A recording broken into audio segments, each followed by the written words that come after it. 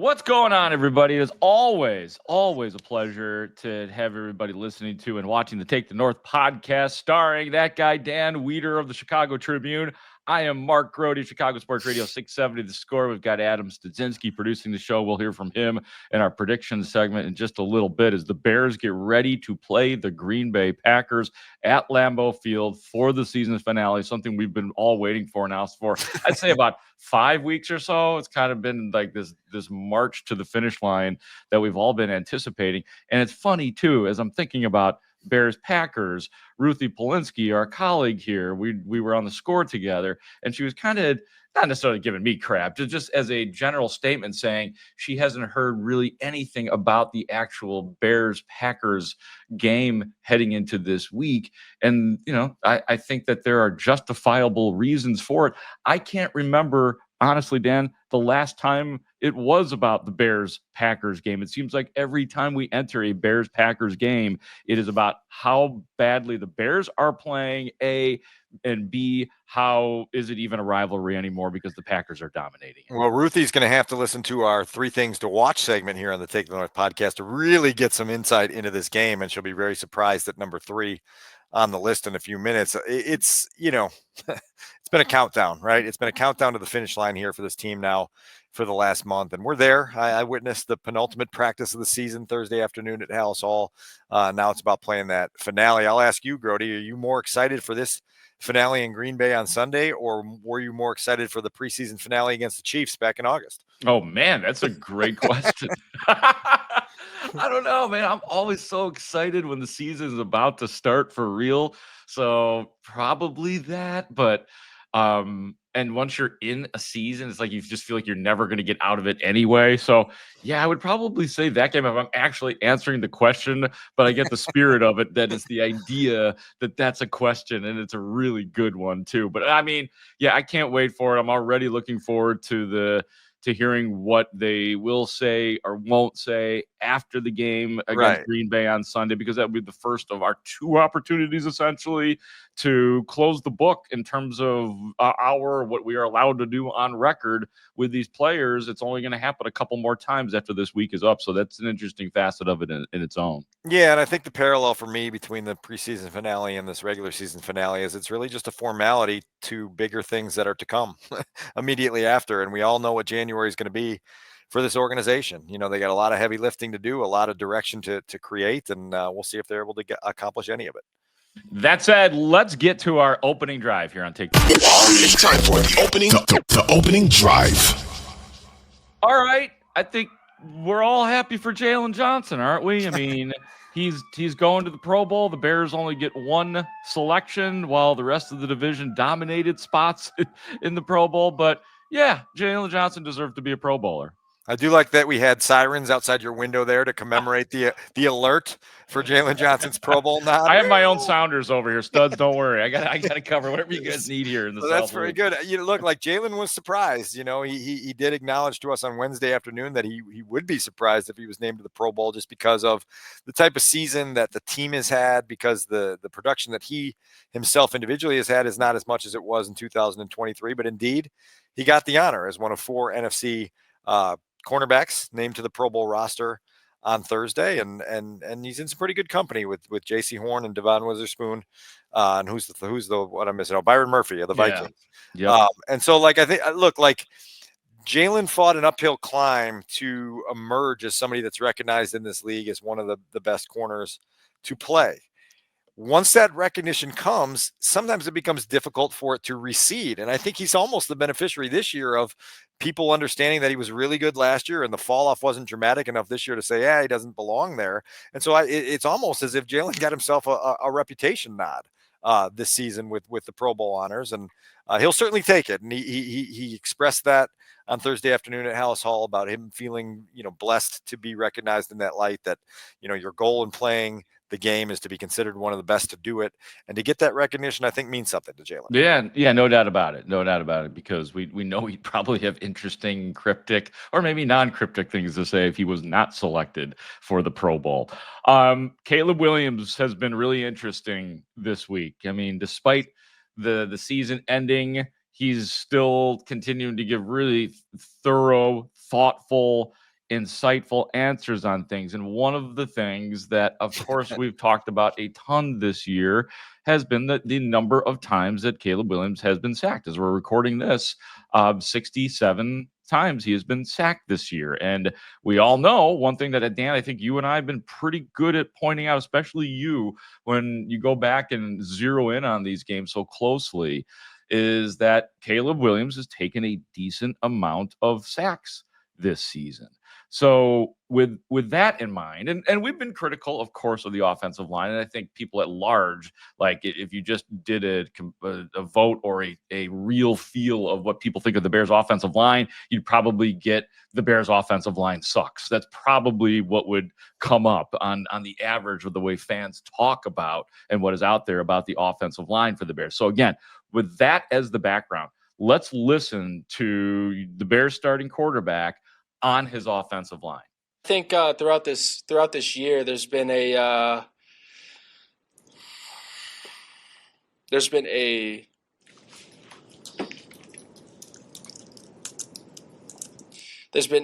stupid, excuse my language, but a stupid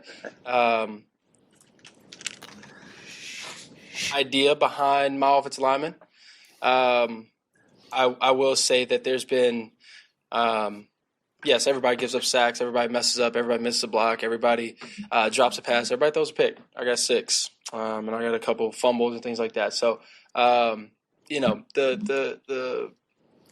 connotation behind my offensive line has been annoying and frustrating because they work their tail off to be able to go out there and the guys that whether guys are fighting injuries, whether guys can't play, and we got other guys stepping up, or whether guys been playing the whole season. And so the negative connotation behind them, they come in here and work their butt off each day and each week.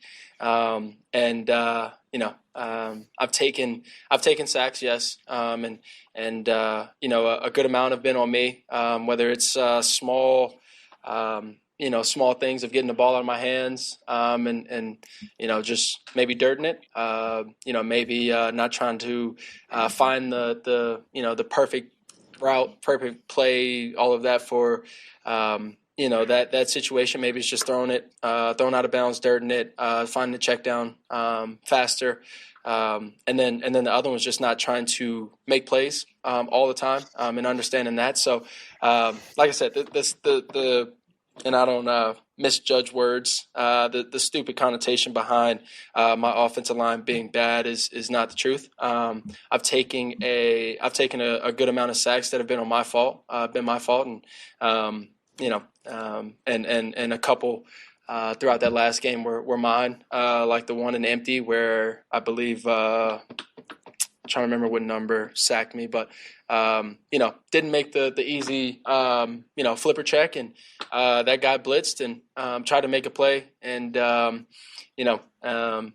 took a sack instead of I messed up and didn't make the flipper check, throw it out of bounds over the dude's head, or over the hot or check down's head. And so, took a 14-yard sack on that one, I think it was, and put us in a bad situation. So there's been many times this season where, yes, people have given up sacks, sure, and then myself is completely a part of that.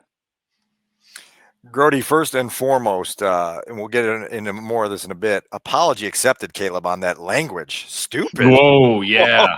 Slow your roll. Yeah. Right. And this is why he should never listen to Take the North with you and Studs dropping F-bombs left and right. You just wait. And that's a little tease for later on in the program. But that was a lengthy explanation there from Caleb of, some forward-facing leadership, of taking ownership of some things there. You hear him say out loud, like, some of these sacks are on me, which is some things that I have occasionally posted to the social media platforms and been barraged with criticism for. And Caleb will tell you, I deserve to share in the blame for some of those sacks.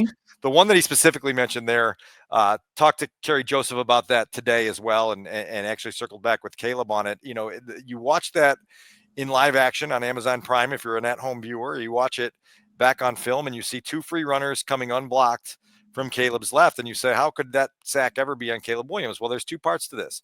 Before the snap as a quarterback, you need to take a look and scan the defense and see where you are vulnerable. If the left side shows you that there's a potential of pressure coming from that side, you need to know that, and you need to make adjustments for that. You hear Caleb Sure. in that clip there talk about making the flipper check, basically changing the protection. Okay, he forgot to do that. Now he takes the snap, and Larry Borum's got 2 guys to account for, and he accounts for 0. And you've got 2 guys running full speed at you. These are NFL level athletes. First mistake is made before the snap. The second mistake is made after the snap. These guys are coming to take you down. Either put that ball in the 4th row of the seats, or just stop where you are. Don't retreat another 7 or 8 yards and take a 14-yard sack, because now on the final play of the 3rd quarter, it's 2nd and 24, and that drive is done. These are things Caleb's got to learn going forward. And to his credit, he knows that, and he's owned up to it publicly. And I'm glad you gave some specifics on that play too, because sometimes we just hear something and we say, oh, okay, I gotcha. But then when you actually think about the play, even though you basically admitted you're wrongdoing, it's, as you said, it's still pretty bad. I will also say that just listening to that long, no gray area, at least in his words, support for his offensive line, I think somewhere along the line, somebody said to Caleb Williams, probably maybe even at the high school level, hey, remember those guys, those offensive linemen, those are your dudes. You go to war with them, fight with them to the end, never break bad on those guys. Don't worry, the coaches will take care of the changes. So I think that that's what a lot of, even though he gave some specifics and he took some real ownership in his part, the part where he overprotects, if I may use that, overprotects his offensive line is just a little bit too much for me, just a little bit much. Well, and look, like, we cannot look at sacks as quarterback's fault or offensive line's fault. Sometimes it's a pie chart and you've got to divvy it up, well 40, 60 and whatever else it may need to be. And I think there's a lot of them where, the offensive line is clearly broken down, but then the quarterback has to adjust to the breakdowns and figure out how to work around that. And it's something that Caleb will learn going forward. If we do get an opportunity on Friday to record or listen to this episode of the podcast, there's some really good stuff from Kerry Joseph. The last time we'll hear from the quarterbacks coach at Hallis Hall about the learning process for Caleb and some of the things he's got to navigate, while everyone around Caleb immediately and in the outside world has to also understand that this is what being a rookie quarterback is. You make mistakes. You learn from those mistakes. You try to apply what you've learned going forward. And I think there's such an impatience level, understandably so, in the city that, and particularly in a season like this, that you lose sight of the fact that, like, rookie quarterbacks are going to screw up, and then they're going to have to figure out how to get better from their screw ups. That's part of the process that Caleb's in right now. Well, right. And I'll just say one more thing before we get on to another Caleb Williams cut. One of the things that he said in there that I took away from it, very subtle, low key, but he also said that part of the place that he has put his offensive lineman in is, he said, he wants to make plays. So he's trying to do some of the improv, the non-scripted things. It's almost like, okay, hold on, guys, watch this. Right. And he struggled to get there so far. And that was on the scouting report coming in, is, how is he going to strike the balance of making the special plays, of using those improvisational talents without over relying on them or being, like, just imprudent with them, impractical with when you use them. And so it's just another part of the growth process. And hopefully Caleb will continue to navigate that. And obviously, as we know, as we segue into the next segment, he's going to have to navigate that with a new coach going forward. Yeah, man. And he was asked about what, just for the hell of it, Caleb, what would you like in a head coach? What are you looking for? Here it is. I would say a coach that challenges myself, whether it's offense coordinator, head coach, challenges myself, but also challenges us as players. Whether it's on the field or character, doesn't matter. Just a coach that challenges us. A man of his word. A disciplined coach, meaning whatever his rules are, or whatever he's going to bring rule wise, or how he's going to control the team and manage and control the team, things like that. I would say another one would be just a guy that wants to win, and finding and helping and finding ways and helping us players and helping coaches, or whatever the case was, to just pull out wins throughout the season, whether it's a tough win or we blow out somebody, just helping us and finding ways to win. I thought he gave us a little bit of extra towards the end that he didn't necessarily need to add there. Of course, every coach wants to win. Sometimes athletes, and I appreciate it, we ask a question and they try to answer it correctly. I thought that's what he was doing a lot there. I mean, I know he mentioned discipline, which is good, and they didn't seem to have much of that. So I probably can derive some of that, but for the most part, those are things that I would say that I wanted a boss too. No question. And Grote, this marries up. I'm writing a story for ChicagoTribune.com that will go live on Friday morning about what some other players and leaders in this locker room think that this team needs and what they want in a head coach going forward. And one of the consistent themes, which won't come as a surprise to you, is there's this word accountability that keeps being used, that there is a sense that within the 2024 season, whether this dates back to the spring or the summer or the early fall, that, certain slippages and details or certain errors went unaddressed or weren't properly addressed. And all of a sudden it created a slippery slope where things that were occurring back in training camp and even earlier, sort of leaked into the regular season and the Bears weren't able to correct them. And so I've been stunned at the number of times that some sentiment like that has been used. It traces back to, when the Bears were 1-2 and Mercedes Lewis was telling us, hey, we've got to be coached. Like coaches can't walk around here like they're on eggshells. They can't gather around, right. Folks. Come gather around. They can't coach us like this is Pop Warner. Like this is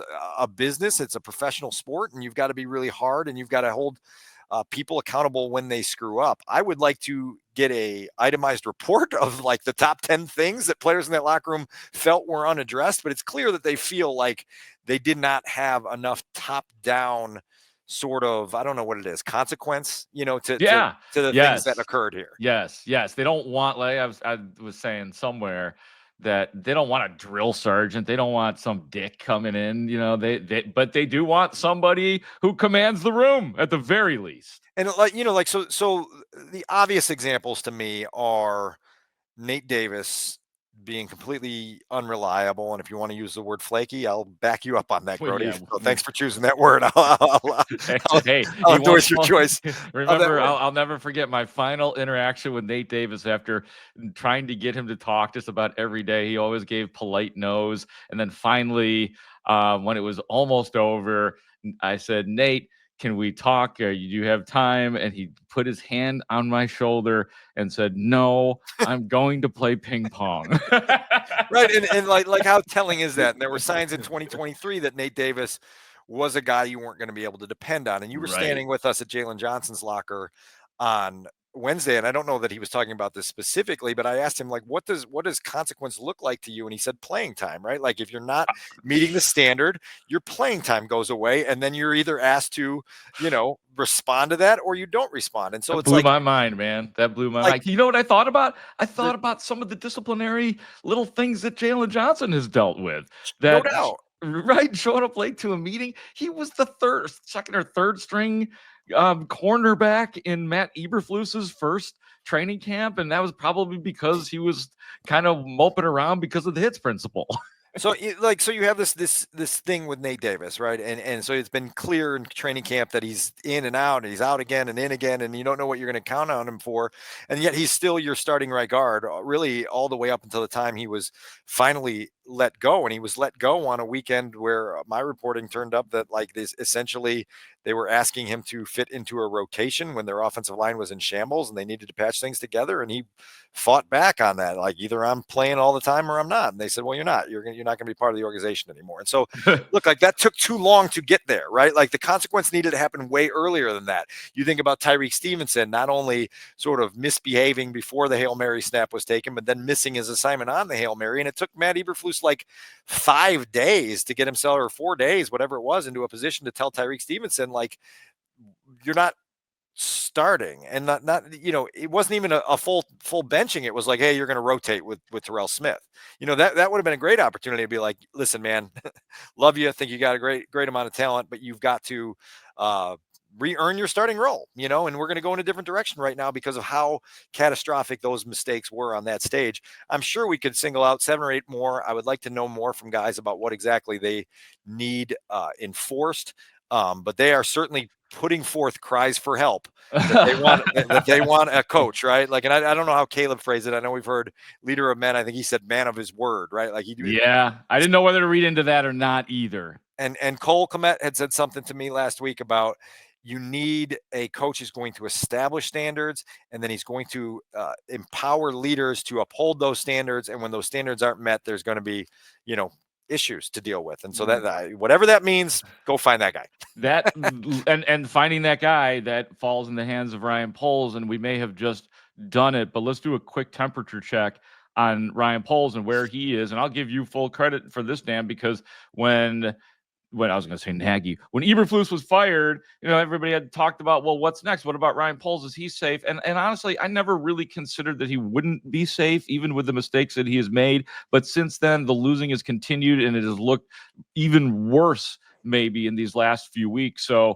it's out there, and I give you credit for being one of the first people to say, yeah, I'm not real sure about Ryan Poles. Well, look, like there's layers to this, and the contract is a layer to this, and it's okay. So if you're Kevin Warren, you have a choice now, and I guess with George McCaskey's oversight, because don't underestimate what that means in these decision-making processes. Sure. It's do we believe in Ryan Poles enough to keep him?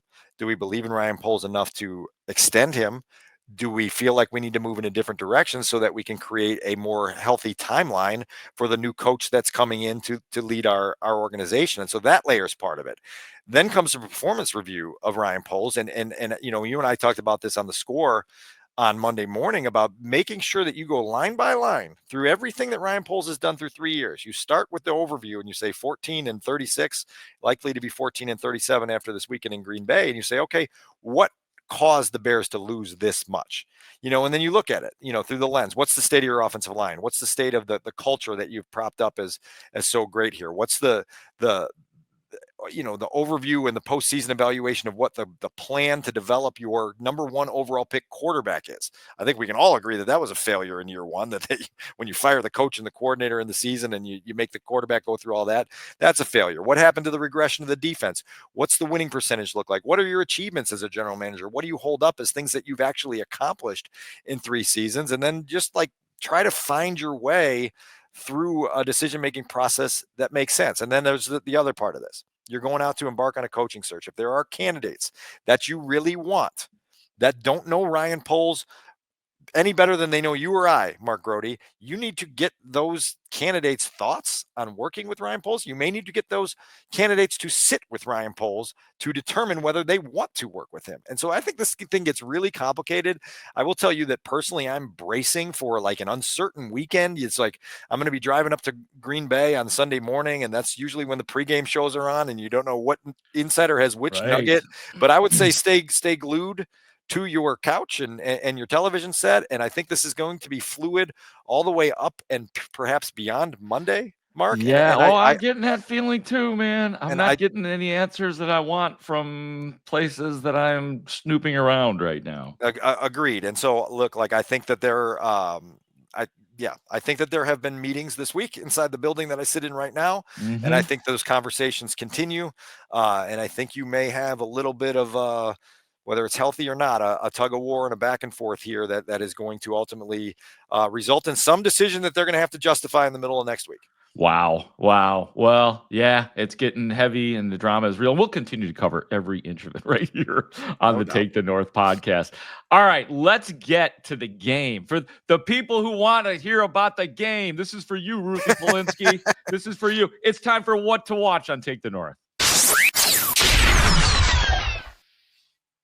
Here you go, Ruthie. It's the What to Watch segment. What do you got for us, Dan? Did you come up with 3 things to watch in this final game for us? I came up with 3 things to watch that are not all inside this final game. The first thing, though, is Caleb Williams on the move. You go back to the first meeting with Green Bay. I guess that's about 8 weeks ago now. That was the And 4th straight loss on the skid, by the way. I it like was keeping 4. track of these Okay, things. good. Yeah, it was Yeah, 4. we L4. I don't know where it ranked in our power rankings, but it was up there. I know it caused studs to seek additional therapy, and we documented that on our last episode. Seek the previous episode. Actually, it's a really fun episode that we did. The previous one to the one you're listening to right now. We did rank from least worst to worst, all 3 of us, an average of that, and then we revealed our own personal list. So check it out. Yes, misery rankings. But inside of that game, rankings. Yeah. Inside of the game at Soldier Field, Caleb Williams on the move was something to watch, and it's something to watch again Sunday at Lambeau Field. Caleb had a season high, which is also a career high, 70 rushing yards in that game. 5 of those 9 rushes were on scrambles, and so you had a quarterback that was pretty proficient throwing the football, completion percentage at 74%, but then took his opportunities to run both on designed run plays and on tuck and run scrambles when the defense allowed him lanes to go. And so Caleb's going to have an opportunity to threaten the Packers once again as both a thrower and a passer. You hope that he's able to replicate some of that success he had in that first meeting. Should be fun to watch. I like it. I like that concept very much, and as much as I'm looking forward to number 2. Number 2 is Matt LaFleur. This is Flower. season 6 for the Flower in Green Bay. Matt LaFleur has 67 victories in those 6 years, Mark Grote. That is a massive win total when compared against what the Bears have brought through their building in my entire time covering this beat. And so you want to look across the field and figure out, how's he doing this? Look, like he had a Hall of Fame quarterback in Aaron Rodgers to work with when he first got into Green Bay, and he helped Aaron win 2 MVP awards. But Aaron's been gone the last 2 years, and they are still a playoff team, and they are still winning, and they're still playing at a high level, and the machine is running, with a lot of efficiency. And so we'll see what this means, but the Bears have to use that as a little bit of I guess a looking glass into what different successful head coaches look like in this league. No one would look at Matt Eberflus and go, man, he's the type of, Matt LaFleur, and say he's the type of presence and that dynamic personality that you're going to want to play on the stage of Chicago 4 or 5 times a week. But he's doing a lot of things right with his offense. He's doing a lot of things right with his football team. And again, 67-32 at the end of year 6, nothing to turn your nose up at.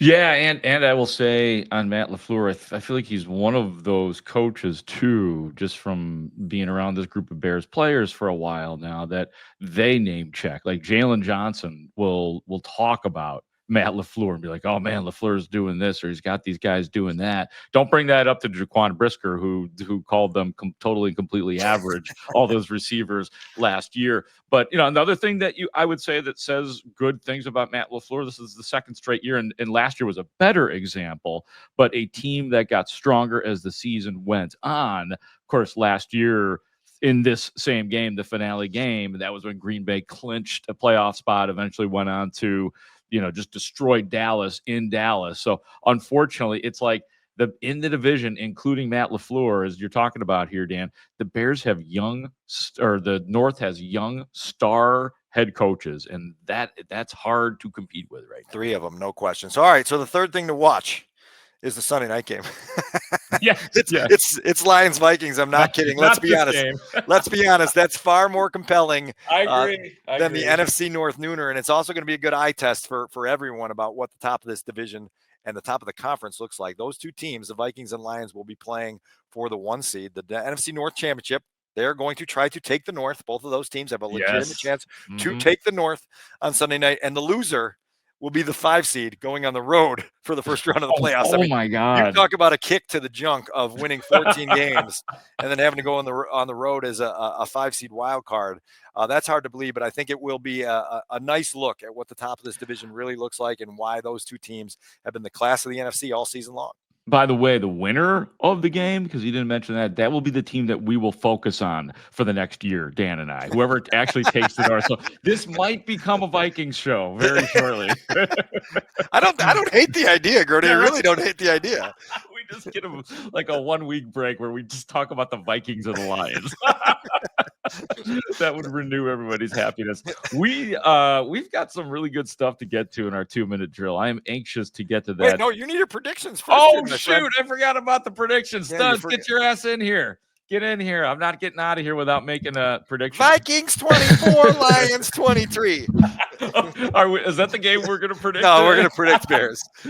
We could just predict that game. We don't hold each other accountable on our picks anyway. I know we don't. I know. It's like these weeks just go away. It's on to the next, man. It's the NFL season. Who wants to go first? Excuse me. I'll go ahead. I'll give it first, and I'm just going to go Packers 27, Bears 16. And you've heard me say before, it's just going to be a repeat of what I always experience walking down to the visiting locker room after the game with the chance of Bears still suck echoing through the concourses of Lambeau Field. You're so defeated, man. You're so defeated. Studs, go ahead, buddy. All right. Unless you want me to go, I'll be happy to go. No, it doesn't matter. Okay. I've talked about this numerous times leading up to this game. I'm going to continue picking the Bears stubbornly in this game until they win one of them. So I'm going to stick to my guns. I'm going to pick the Bears. All right. Understand that I know there's a very slim chance that they win this game. But again, I said 3 years ago now I'm going to keep picking them in this game until they win. So I'm going to keep picking them. I'm going to go Bears 24, Packers 21. And the game-winning field goal by Cairo Santos does not get blocked this time. Oh my God! I didn't write it down, so I have no proof of this. But I'm picking the Bears to win on a Cairo Santos game-winning field goal too. I feel a win. It's illogical, but I'll put a score 17-14. The Bears are gonna win. Yes, I'm seeing a vision. The Bears are gonna win this game. Grote, this predates you, but I had that same vision in August or in early September, and I picked the Bears to win this game back in August and early September. I said that Caleb Williams on his final drive of the year was going to lead the Bears to a field goal that was going to clinch them a playoff spot. I was wrong. 27-16 Packers. All right, good stuff, guys. Now let us move on to the 2-minute drill, which will be bouncy today. The 2-minute drill. The 2-minute drill. What's going on with the injuries, Dan? I don't have the injury report right in front of me. I have it in front of me. We had 7 players today that were DNPs. Okay. One of them was the always notable Mercedes Lewis DNP parentheses 40, as you like to put it. Yes, I love that description. So that's nothing to worry about. Scott Daly was out for personal reasons. He should be back. Rome Odunze, second consecutive practice missed with an illness. Kyler Gordon joined him with that illness. Is it the norovirus that I think I might have had a couple weeks ago? Well, doesn't Borum have it too? Borum was back as a full participant today, so he's over it. He's good to go. Okay, Tevin Jenkins, DNP with the calf. Travis Homer, DNP for the second straight day with a hamstring. Elijah Hicks, DNP with an ankle/foot injury. So there is your Bears injury report leading into Friday. We, as a media, as we do, give out an award at Hallis Hall to it's called the Jeff Dickerson Good Guy Award, to the player in the locker room that most exemplifies, I don't have the exact literature in front of me, but most exemplifies professionalism, right? Would you say that, Dan, that's the best way to put it? I say professional, available, affable. Those are my criteria, right? Like guys that consistently make themselves available, are cordial with the media, allow us to make our jobs a little easier. This award's been around here since I've been on the beat, and I'm going to read you the names before this year, just so that we can give some pretext. 2013, Josh McCown, then Ryan Mundy, then Matt Slauson, then Tracy Porter, then Zach Miller, Prince Amukamara. That was when you came on the beat in 2018. Yes. Allen Robinson, Mitch Trubisky in his final year in the COVID year of 2020 got a little nod of approval from us for being so, I guess, professional and available and affable, even as his season and his Bears career went down the hill. Then we had joint winners in 2021 with Robert Quinn and Tayshaun Gibson. 2022, a certain guy named Cole Kmet won the award last year.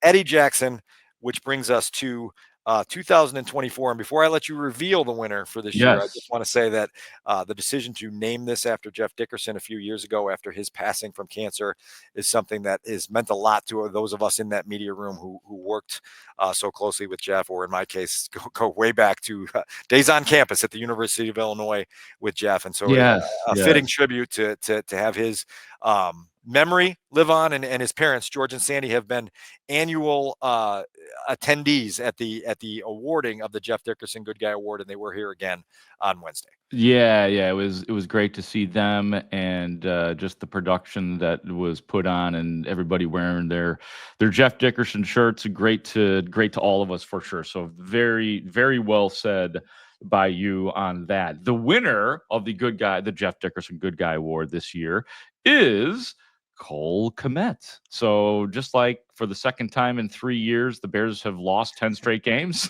Cole Kmet for the second time in 3 years.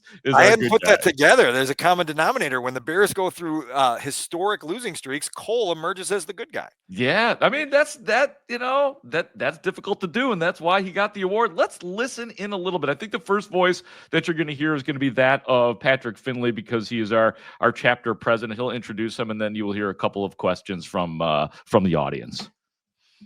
Well, I'm avenging my loss from last year, so good to be back. But no, I appreciate you guys. Obviously, since I've been here, it's been some trying years, like Pat has mentioned. But you guys have handled with the locker room and with myself personally with nothing but respect, and definitely appreciate that. I appreciate what you guys do for the game in terms of you guys are essentially our promoters of the game, and you guys do a great job of that, not only locally, but also on a national stage as well. So I appreciate you guys. It's good to see the Dickersons here again. Thank you guys. So just honored that you guys thought of me in this way, and hopefully I can continue to help you guys do your job here in the future as well. Devastating loss to Eddie last year. How motivated were you to get back to this position? Yeah, Dan, it was the one thing on my mind coming to the season.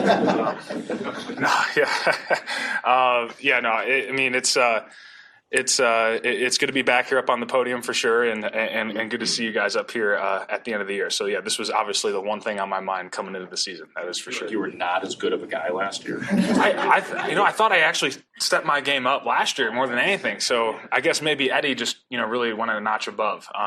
But I guess it is what it is. So has there ever been a repeat offender up here or no? No. Well, now I got a chance. So let's see. First multiple time winner. Oh, okay. All right. I'll take that. You and I were doing Take the North shtick there, Dan. Look, like you need to do that during stretches like this, and I have from day one been appreciative of Cole's willingness to play in the shtick pen.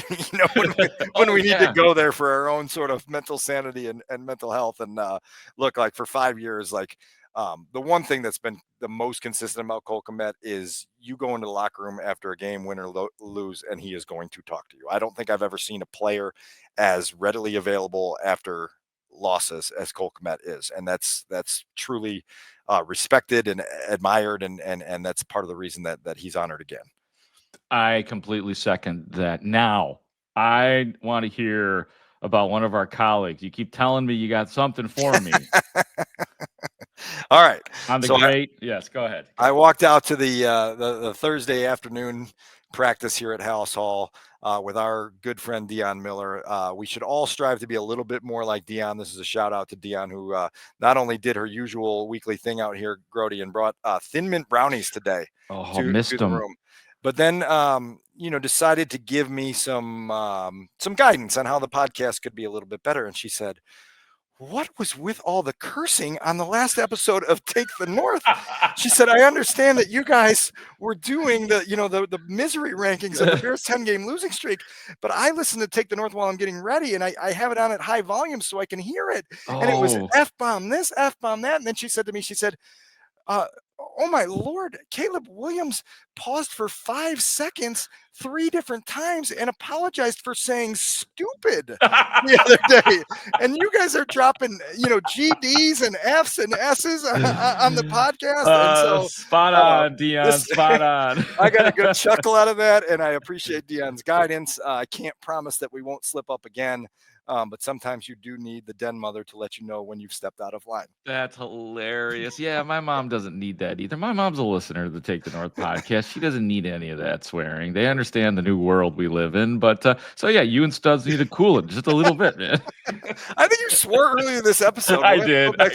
I did. So you offended Dion again, but that I needed that today from Dion on the way out another drab practice, and so she's going to be listening and correcting us once more. I love it. Miller is the best, and yeah, she's obviously brilliantly talented at what she does, but she brings in food every week too, and that's not easy, man. But Baked you know what? goods. Homemade baked goods. Homemade baked goods. Yes, I should be specific, and it's her love language. Some people have, but that takes a lot of work too. So I don't take any of it any of it for granted. This has been a fun episode, Dan. Anything that we're leaving out here? Anything in your notebook that you want to clear out? I feel like we did a pretty thorough job today. Oh, it was a pretty thorough job, and it was fun. So as much fun as you're going to have at the end of a 4-12, possibly 4-13 season. That's right. We keep it moving here on Take the North. We will have fun, and we thank everybody who listens, who watches, who interacts with us. We appreciate it all. For Dan Wiederer of the Chicago Tribune, for Adam Studzinski, the executive producer of the Take the North podcast, I am Mark Grote. Thank you for watching. Thank you for listening. Great talk. See you out there.